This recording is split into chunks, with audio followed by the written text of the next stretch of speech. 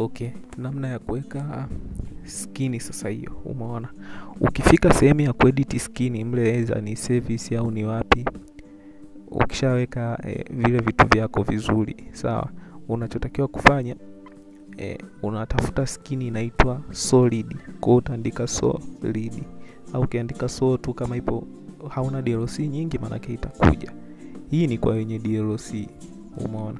Utaichagua hiyo skini kisha unachokifanya hapa sehemu ya kwanza utaweka rangi. Umeona, unaweka rangi. Sasa rangi ambayo unatumia kama tunatumia njano hiyo siku maana yake utaweka rangi ya njano. Sasa ukifanya hivi hatuwezi tukapatana. Kwa hiyo cha kufanya unakuja hapa unaandika, unachagua hex kisha unaandika, unafuta hii afu unaandika FFB 400. Umeona, hii ndo njano tunayoitumia. Sasa kwa usalama zaidi ili usio unahangaika kuandika kila muda, utachagua kibox kimoja wapo hapa kama ni inchi mfano. Umeona, kama ni inchi unakichagua. Ukishachagua unabonyeza hii button ya katikati hapa. Unabonyeza save colors preset, utaona kile kibox kinakuwa cha njano. Kwa hiyo ukitaka kuweka unakuwa unakibonyeza hicho kibox alafu unabonyeza hii button ya kwanza hapa. Inakuwa inachukua hiyo rangi yako. Umeona.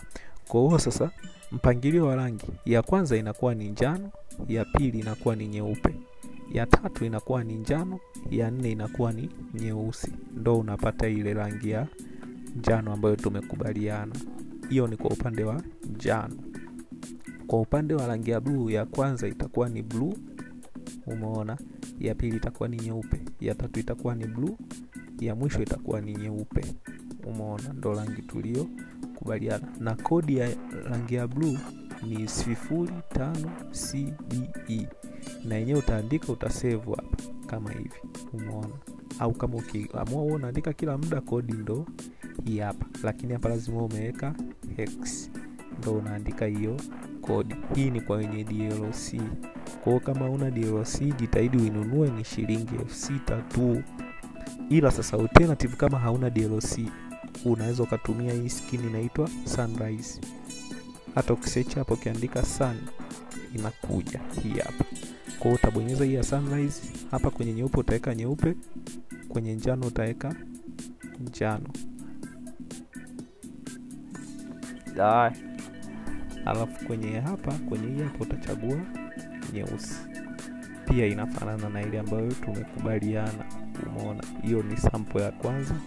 Kwenye upande wa blue maana yake utaweka ile blue hapo katikati. Hapa kwenye nyeusi utaweka nyeupe au utaweka ile blue. Hii ndo alternative kwa yule ambaye ana DLC. Umeona, ila tujitahidi tununue hiyo DLC, ni shilingi 6,000 tu.